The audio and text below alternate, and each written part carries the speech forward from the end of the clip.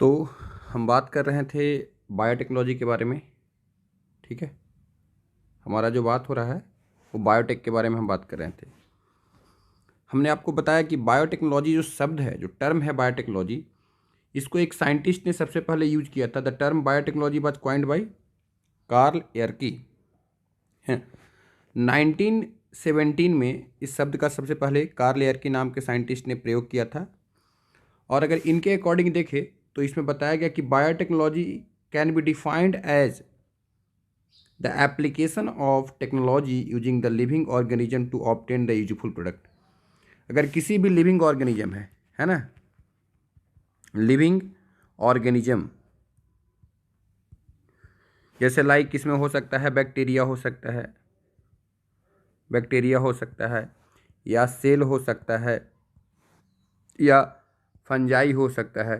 तो इन सारे चीज़ों को यूज करके, है ना, अगर हम लोग कोई यूजफुल प्रोडक्ट ह्यूमन बींग्स के लिए बनाते हैं तो इसी को हम लोग बोलते हैं बायोटेक्नोलॉजी। इसको हम लोग क्या बोलते हैं? That is called the biotechnology, right. इसी को हम लोग क्या कहेंगे? बायोटेक्नोलॉजी कहते हैं।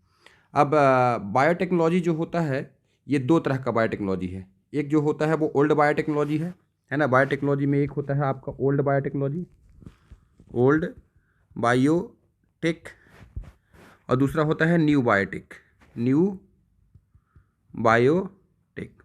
तो ओल्ड बायोटेक्नोलॉजी में क्या हो गया? दूध से दही बनाना हो गया, है ना, बियर बनाना, ब्रांडी, दारू बनाना, ये सब ओल्ड बायोटेक्नोलॉजी का पार्ट है। न्यू बायोटेक्नोलॉजी में क्या करते हैं? नए बायोटेक्नोलॉजी के अकॉर्डिंग क्या करते हैं, जैसे कि आप अगर इसमें होता है रिकॉम्बिनेंट डीएनए टेक्नोलॉजी। इसमें क्या होता है? Recombinant DNA technology, recombinant DNA technology मतलब जैसे अगर हमने बोला कि जैसे ये हमारे पास दो डीएनए है, ठीक है, एक सर्कुलर डीएनए है और दूसरा कोई लीनियर डीएनए है, इस तरीके से।